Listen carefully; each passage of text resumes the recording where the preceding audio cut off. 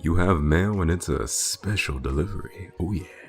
Welcome to We Are Artists, a series where I interview fellow artists about their current projects, what and who inspires them. We dive into the mind of creativity, discover what shapes each artist into how they have molded themselves within the phenomena we call art. In this premiere episode, we have the pleasure of getting to know the creator of Monarchs. My name is Josh Bullock. This is the kind of project that I feel will definitely inspire many, like the many shows in particular spoken of that inspired him at a younger age, which is vital. The work of our own, even if we may not think it, if ever, can be inspiring to someone young or old, regardless of the nationality or gender as well. We share messages of how important it is to find the right inspiration to mold your work, expanding it into the booming community and to find your spot within it. Find inspiration anywhere you can, even sharing how important it is to reach the hearts of the fans. And now, let's begin.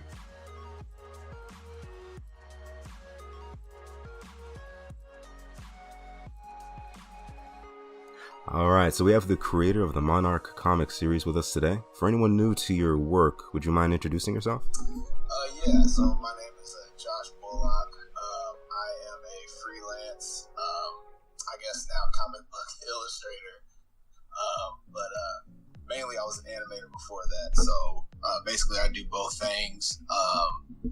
And Indiana native.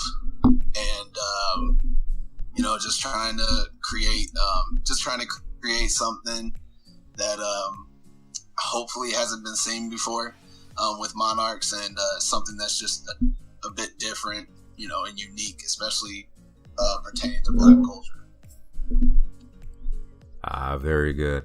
That is something that is pretty tricky nowadays, since the community has really opened up to, it's a lot easier to kind of post our artwork and whatnot, but it's still a good challenge to achieve, to be able to stand out, especially with your art style, because I forgot to say this earlier. Thanks for joining us today.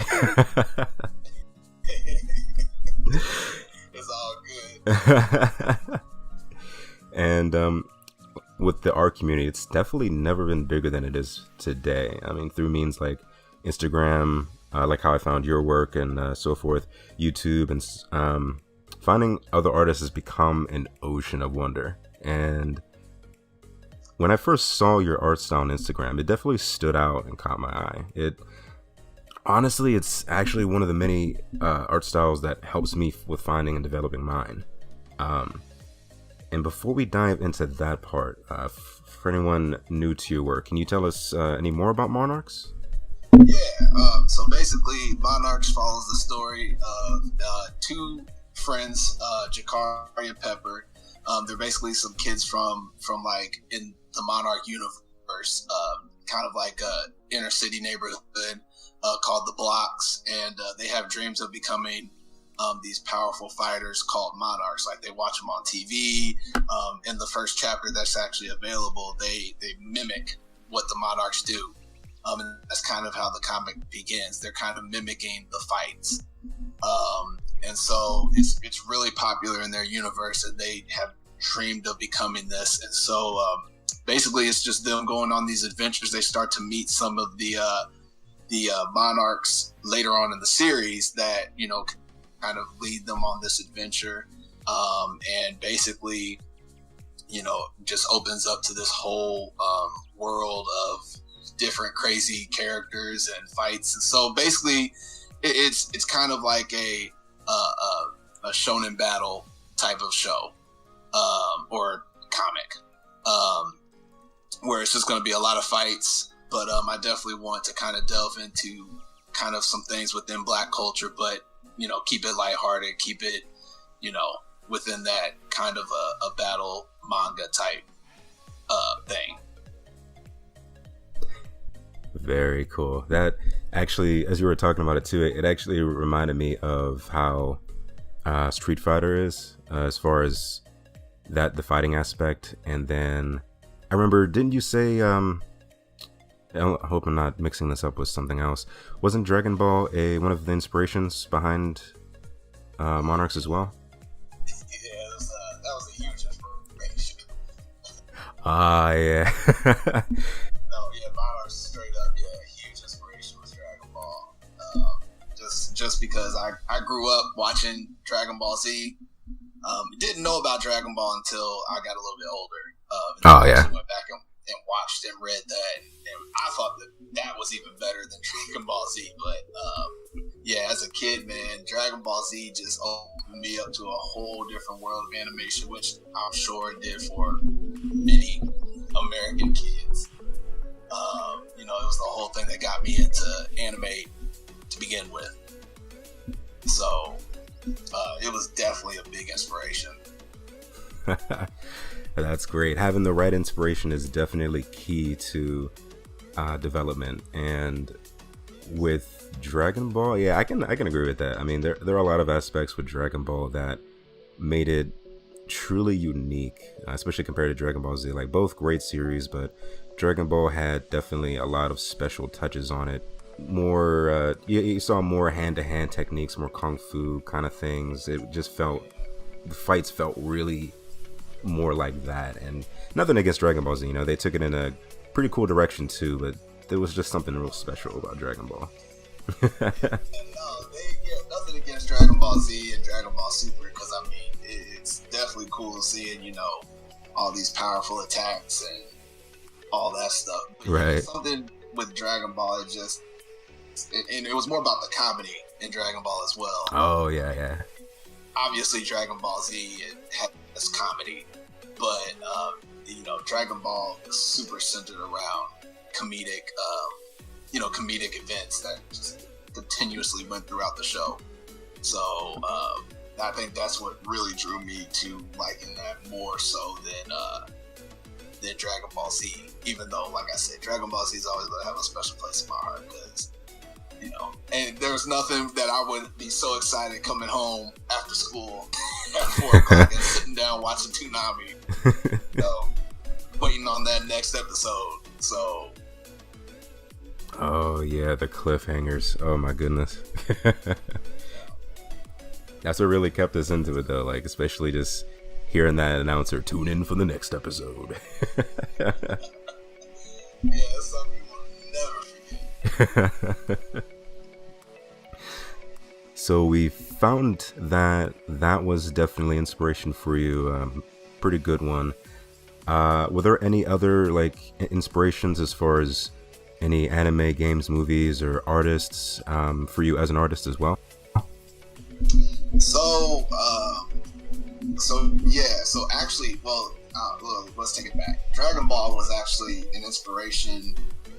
So as of now, Dragon Ball is kind of the main inspiration. At the time that I started developing Monarchs, which was about a year ago, I was actually stuck between Dragon Ball, My Hero Academia, and Nice. One Punch Man. Because I had just started watching One Punch Man, and I was real into that.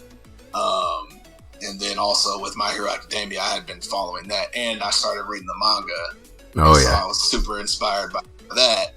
But then, as time went on, I kind of said, no, I just want this to be more focused towards how Dragon Ball went, instead of kind of, that. Granted, I do want to add some elements from these other shows. Like, I love the silliness of One Punch Man. And how it's just super ridiculous. Oh, yeah. Like, they don't care about nothing in that show. and I love it. And then, like, My Hero Academia, with the whole school aspect, I do like that part, and kind of teaching these kids kind of the history of whatever's in that universe. So I like that aspect as well. So those are different things that I hope to really introduce. But basically, like, the heart of what Dragon Ball was, that's kind of what I want to focus on. Very good. I can see that too, with your art style. From I remember the first thing when I saw that Dragon Ball was one of your inspirations.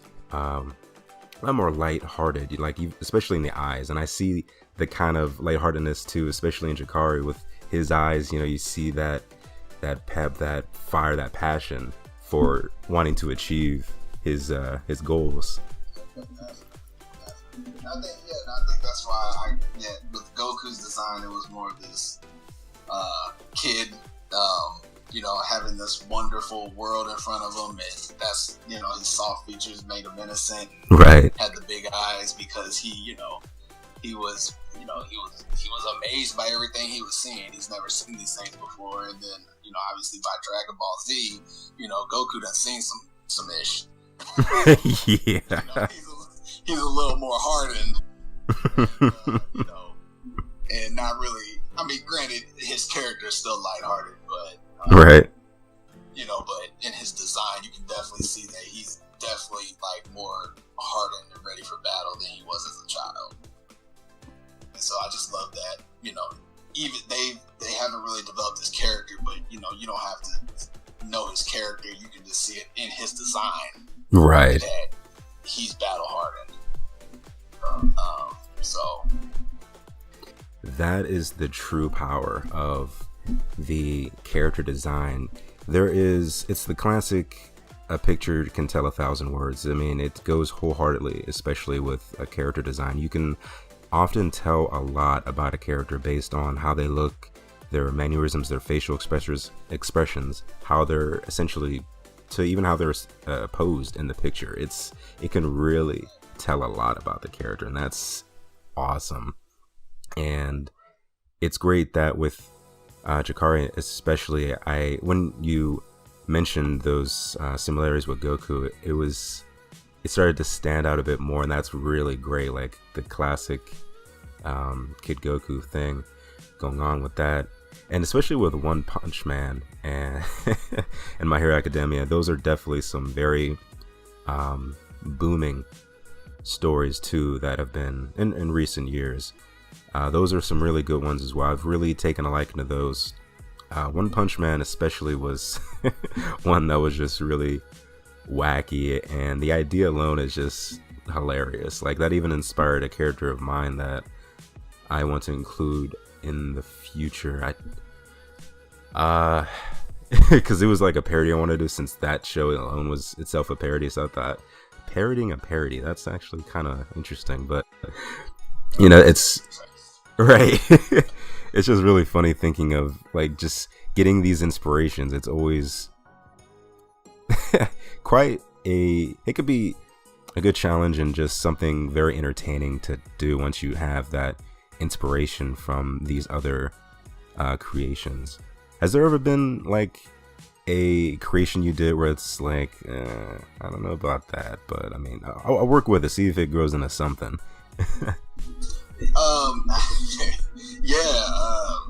It's funny because if you go through like my Instagram, there's a couple of characters that I made as a kid, and I designed these full stories for them, and I kept working with these characters all the way up, and even in high school.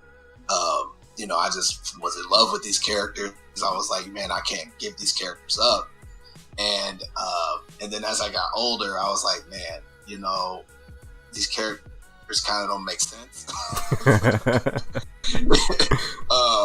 I get that I liked them as a kid, but they really don't make sense. And so, but then when I came up with Monarchs, I said, well, here's a world that's kind of wacky. Like, the main character's fighting a milk jug in the first episode. Awesome design, by the way. Yeah, just thank you. Just this huge milk jug, and I'm like, this is perfect. Like, I can bring these characters back, and they will make sense in this world, because a lot of stuff doesn't make sense. And people will accept them, and I'll actually have a show for them to place them in. So yeah, there's been characters that I've had that I've been like, I don't know, because actually my senior project was called Heroic, and actually that pilot is on my YouTube channel, which I can send you that stuff later. Oh yes, please. But yeah, on my YouTube channel, I did a pilot, and that was an idea. That was like my Monarchs back 5-6 years ago. And then over time, I just kind of fell out of it, which I hate that I did that. just because I got busy with other work, trying to, get a job in animation was tough. Yeah. And so I was really trying to hone my skills to be able to get into, the industry, and then started YouTube. I started doing parody videos of things in order to be able to find a job or make some money. So I just completely just had to drop that idea. But now that Monarchs exists, and this whole idea could possibly come back in the future as something. So yeah, I've definitely had those projects where I've been like, dang, man, I'll just have to put this aside and hope that something good comes out of it, Oh yeah, I can relate to that. I've had a lot of those from way back to elementary school to even just a few weeks ago. I've been trying to condense a lot of my characters because I started marking them all down, making sure I have all the names. And as I did this, I was thinking, why do I even have this character? Because a lot of my stuff right now is mainly focused around Wonderland and Oz related stuff. So there were characters I wanted to bring into the story. And then I was like, I like that this character was in that original story, but is there really a purpose for me doing this just for some fan service? So I started thinking about it, and I was like, I don't really need this character. I started condensing and mixing characters together to make sure I don't have a One Piece level of characters where there's hundreds upon hundreds, and I'm like, I don't need all these characters, especially if it's just me working on the story. Is it like an extension of Oz? Pretty much. These stories that I'm doing, the main series is called Odd Company, and it's kind of a mashup of Wonderland and Oz, where you have my own versions of these characters, and then a bunch of original characters too that kind of all mix together and have this kind of massive issue to deal with that they slowly are uncovering as they go by. Mainly at first it starts with it deals with a bunch of dreams and nightmares sort of thing.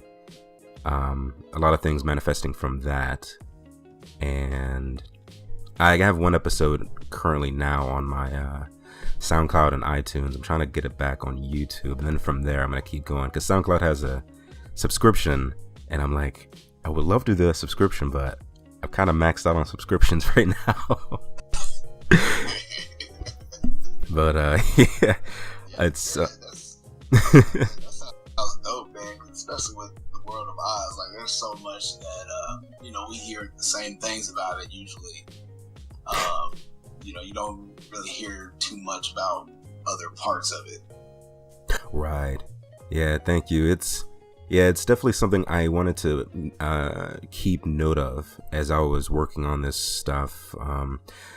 As I was developing this first with the Wonderland side of things, that all started when the Tim Burton movies had come out, and I thought, this is really cool. I want to do something with this. And then a coworker of mine wanted me to design a tattoo for him of this Red Riding Hood character from a fighting game.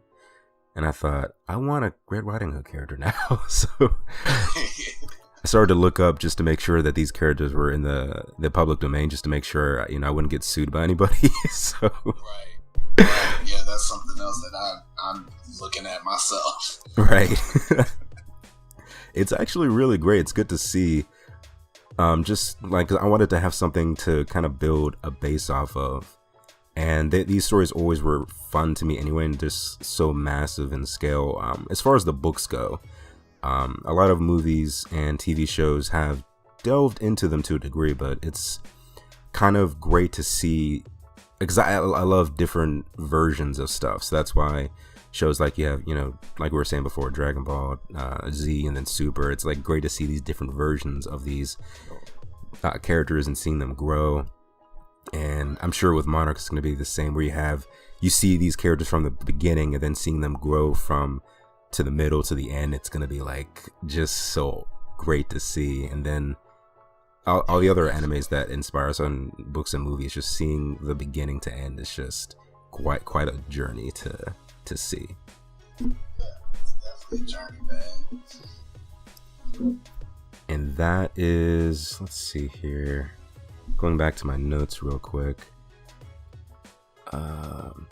Now I see that, especially with like how you were saying, to get into the industry, you kind of have to, there's kind of essentially the basis of skills that need to be had. I know one of them is definitely, especially in our generation, you got to be tech savvy, know Photoshop, and have the digital realm of things pretty much mastered. Definitely.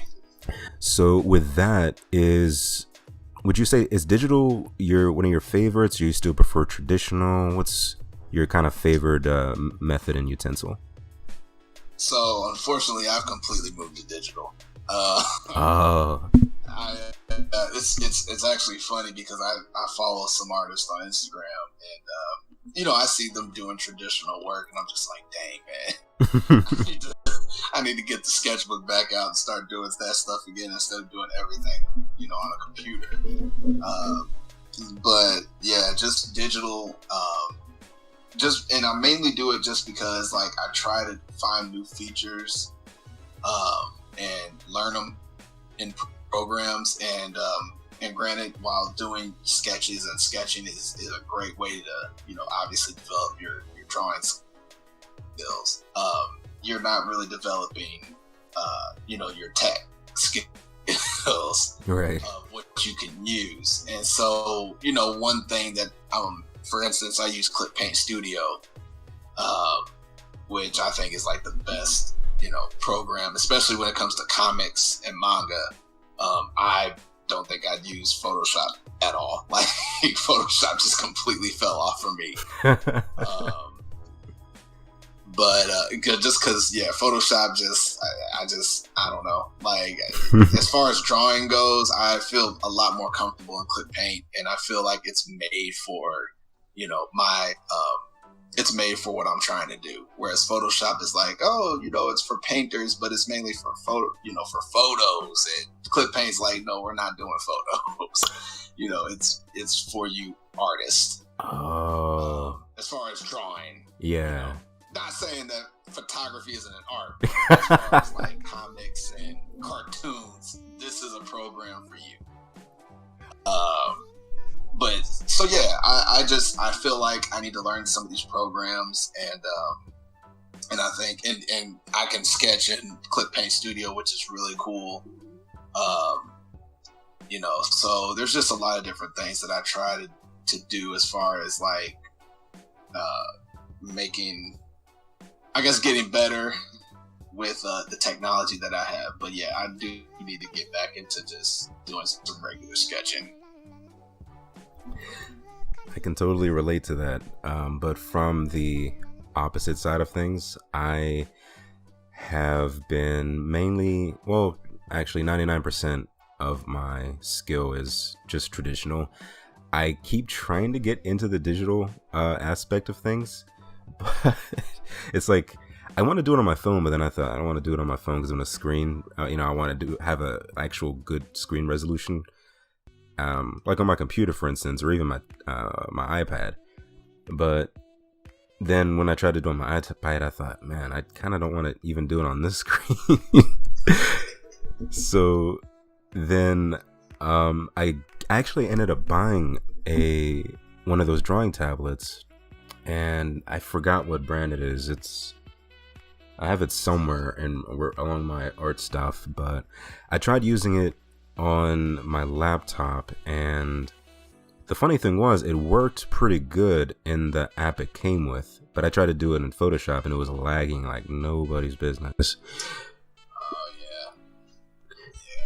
The program it came with, I forgot what it was called, because at this time I was pretty well versed with Photoshop as far as just like, I should say just like the basics of cutting here, pasting there, and general stuff. But as far as actual, like doing different layers to make sure I color the right thing. And then I realized maybe it's not the laptop, maybe it's just Photoshop itself with this tablet, I don't know. But I am interested in looking into Clip Paint now to see if that might be better for me. Yeah, definitely give Clip Paint a try. and usually they have deals. I don't know the exact price. I'll send that information to you. But because I initially bought the program for, I think it was like $40 because they had like a 60% off sale or something. Whoa, nice. And then it was pretty dope. And then they had another sale for the upgraded version, which that new version comes with animation. So now you can create like a traditional 2D animation in Clip Paint, which is freaking dope, and which I still need to figure out. But that I think it's definitely not $80. We'll just say that I paid $80 for it, and it wasn't $80. So they have these sales often, and so I would say if you can sign up to their little newsletter or whatnot, that way you can get those updates and hit those sales. But yeah, definitely try Clip Paint. And then obviously I just have Clip Paint and all of the Adobe stuff. So I got like the Adobe Master Suite. Only because After Effects, I won't use anything else. After Effects is my baby. But yeah, After Effects and Premiere, and like I said, Photoshop a little bit, but and then I use Animate since I can't afford Toon Boom. I can totally understand that. Yeah, I can't afford. I mean, I want to buy Toon Boom outright, and I'm like, I can't afford $1,000 right now for a program like that. But it's a future investment that right. Makes them so. It's kind of like Copic markers. Like I want to get those, but then I'm like, I don't know about that. Yeah, I do too, and I'm just like, ooh. Everything's just a lot of money. Yeah, the funniest thing is almost every artist that I follow on YouTube, they seem to have it. And I'm just like, what? Okay. There's sometimes where I'm still drawing with mechanical pencils and pens. I'm like, I can't afford these. These. I mean, I guess they're not super expensive. I just need to go get them. But again, doing digital. I'm so used to doing digital now that I'm just like, yeah, it's free. I can just draw it right here, right now. So right. Yeah.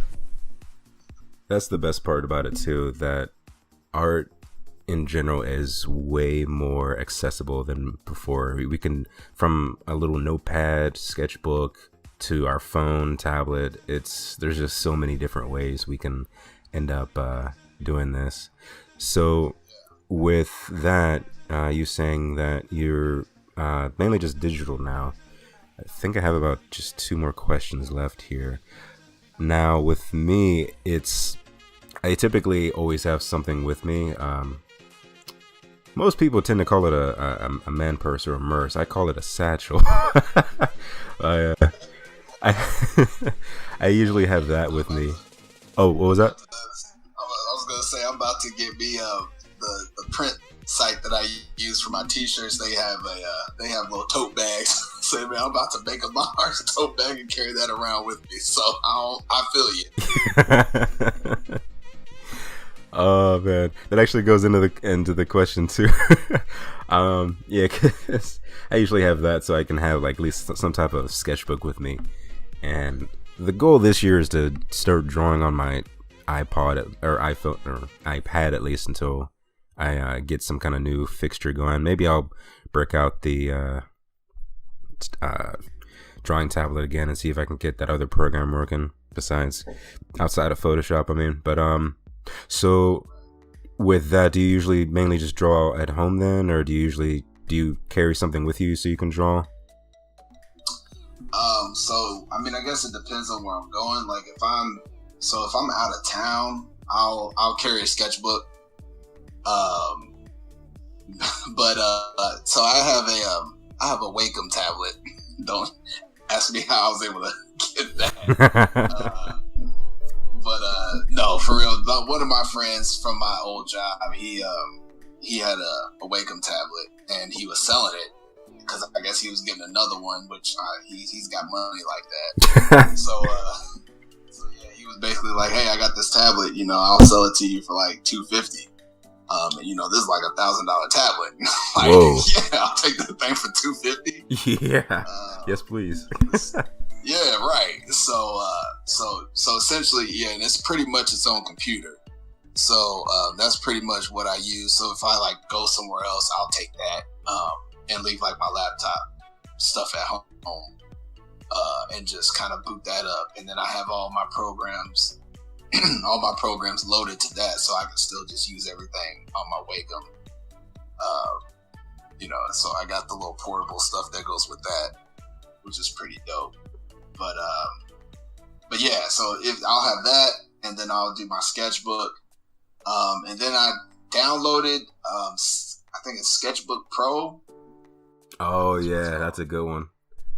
Yeah, on my phone. And that's just mainly messing around. Like if I get an idea for a character or something, and I like need to draw them real quick, that's mainly what I use that for. Especially if I don't have a notebook or if I don't have my Wacom tablet with me, like I'm like, hey, I really need to get this drawn so I don't forget. I'll just whip out my phone and just do it real quick. So that's mainly what I use. But yeah, other than that, that's pretty much what I have on me. Excellent. That's a good idea. Like it's something that I love expressing to, especially up and coming artists, people who either are new to drawing or maybe just want new tips and tricks to help them grow their skill. It's definitely encouraged to have, like you said, depending on where you're going, to have something with you that is convenient for you to draw, whether it is like a little pocket notebook or a tablet if you have one, etc. Like there's, by any means, whatever you can draw with, go ahead. Yeah. I mean, man, that's the only way you're gonna get better. Oh yeah. Constantly drawing. And, that's why I usually tell, especially like you just said, younger artists, I'm like, keep drawing. Like you have to do it pretty much every day. You have to draw something. Oh yeah, I'm trying to get back into that myself. Yeah, because I'm like, do it now. Do it while you're young, because when you get older, Yeah. unless it's like your job, you'll lose it because you got other things you got to take care of. Oh yeah, I've seen it happen with a lot of people. Like my parents were both artists. They went on the same route, but my mother actually, she just actually was like, this takes too long, I'm done. And she used to be really good. Like she used to do realism, and it was a shame to see her like give that up. But yeah, it's speaking from experience. It can happen really easily, even if you have a passion for it at one point. It happened. I guess it's a pattern because it happened with my parents and even my grandfather. Because everybody jokes like, "Oh, your grandfather used to draw really well, and he stopped." And I'm like, "Why?" Well, he was working at a factory. Oh. Well, dang, man. So I think, I think that was a huge thing, and obviously my parents stopped because they had kids and they had other things they had to take care of. So I guess they're kind of living through me right now. Oh yeah, totally understand that. But yeah, man. I hate to see it. I hate to see it too. Like I hate to see friends and family members who definitely have a talent just kind of give it up. Yeah. Oh boy. Well, with that, was there? That's good though. That's good to see that you had other members of the family that were that are artists still. Even if you give it up, it's still artists in heart at least. So that's something. Right. Do you have any? I think this is the last question I got before we close up here. Do you have a top influential artist? This might seem obvious because seems like a lot of black artists go towards this person. You probably know what I'm about to say. But it was Basquiat. I actually started looking into some of his work. I saw a documentary about him, and I was like, "Hey, man, this dude's dope." Like just out here street art and ended up, becoming this big artist and, getting up under Andy Warhol and, started doing this crazy stuff that in a style that a lot of people, even, not today, but back then thought, oh man, this is like child chicken scratches. But obviously, the art industry don't care about that. They saw some talent and, they really lifted him up. It's unfortunate he, died so early. But just seeing a lot of his art even today selling for, multi-millions. Oh yeah, I jumped on the opportunity. Yeah, and actually, and this I'll say this is one of the little secret things that I have. But one of the characters, and I'll let you figure it out. One of the characters was inspired by a Basquiat painting. Ah. So when I actually developed Monarchs, I was into a lot of his art, and I kind of because again, my whole idea for Monarchs was taking Black culture and trying to mix it in with anime and mix it in with Dragon Ball and stuff like that. And so I said, man, Basquiat's got some weird freaking stuff. So let me go here and see if I can make anything out here. And it's crazy the characters that you can come up with based on some of his stuff. I am really excited to hear that, actually.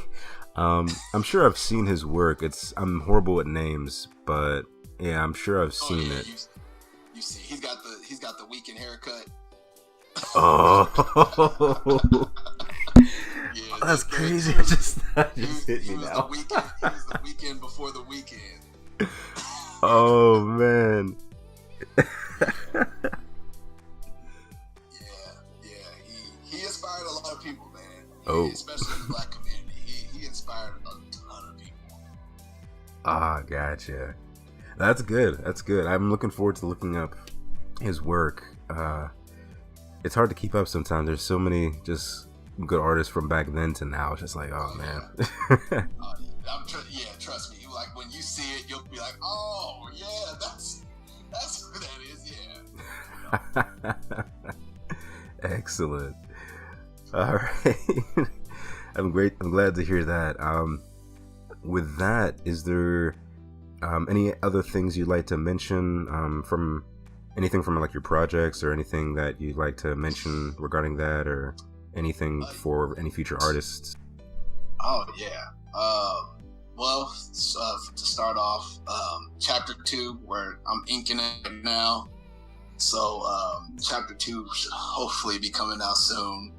And then I also have an animation, the amazing Amy Davis, who is a cosplay and voice actress. She is doing the voice of Jakari and Pepper. And basically, just doing like a little short where the boys kind of introduce themselves. Just something fun for Instagram, just to kind of get people used to Jakari's voice and stuff like that. So hopefully that could turn into a show later on. Oh yeah. And then we'd already have the two main character voices, solidified. So there's those projects coming out soon. And then basically what I would say to some of these younger artists, man, is just, first of all, keep drawing, like I said before. But secondly, be inspired. Like, I know for a lot of young artists, it kind of is disheartening when you see some older artists who are making these crazy good works of art, and you're like, oh, I'll never be that. And it's like, dude, you're 15. This person's like 30, 40 years old. Like, they had to be where you were at a time. Like, no one just came out. Well, there's some people, but for the most part, no one came out being this good. and even when I still don't consider my Monarch stuff super good, but compared to some of the artists who are actually my age or older, but I'm just like, I had to start somewhere. Right. My art didn't look like this. I was drawing crappy anime characters and Sonic fan characters. Oh yeah, I can relate to that too. So I was doing all that stuff back in the day as a kid, man, and doing the same thing that some of these kids are doing now, and they just feel like they're not going to make it. It's like, look, I'm proof of that. Like, you just have to keep honing your skill, keep working on it, and just don't let anybody tell you that your work sucks. Make them give you criticism. Don't make them just say it sucks or it's BS or whatever. Ask them why. Why? What do you think I can change? Because I guarantee you, the people who are saying that it's, crap or whatever, they're not going to have anything to follow up. It's mainly those people that, are giving you constructive criticism from the jump. Those are the people that matter, that you should be listening to.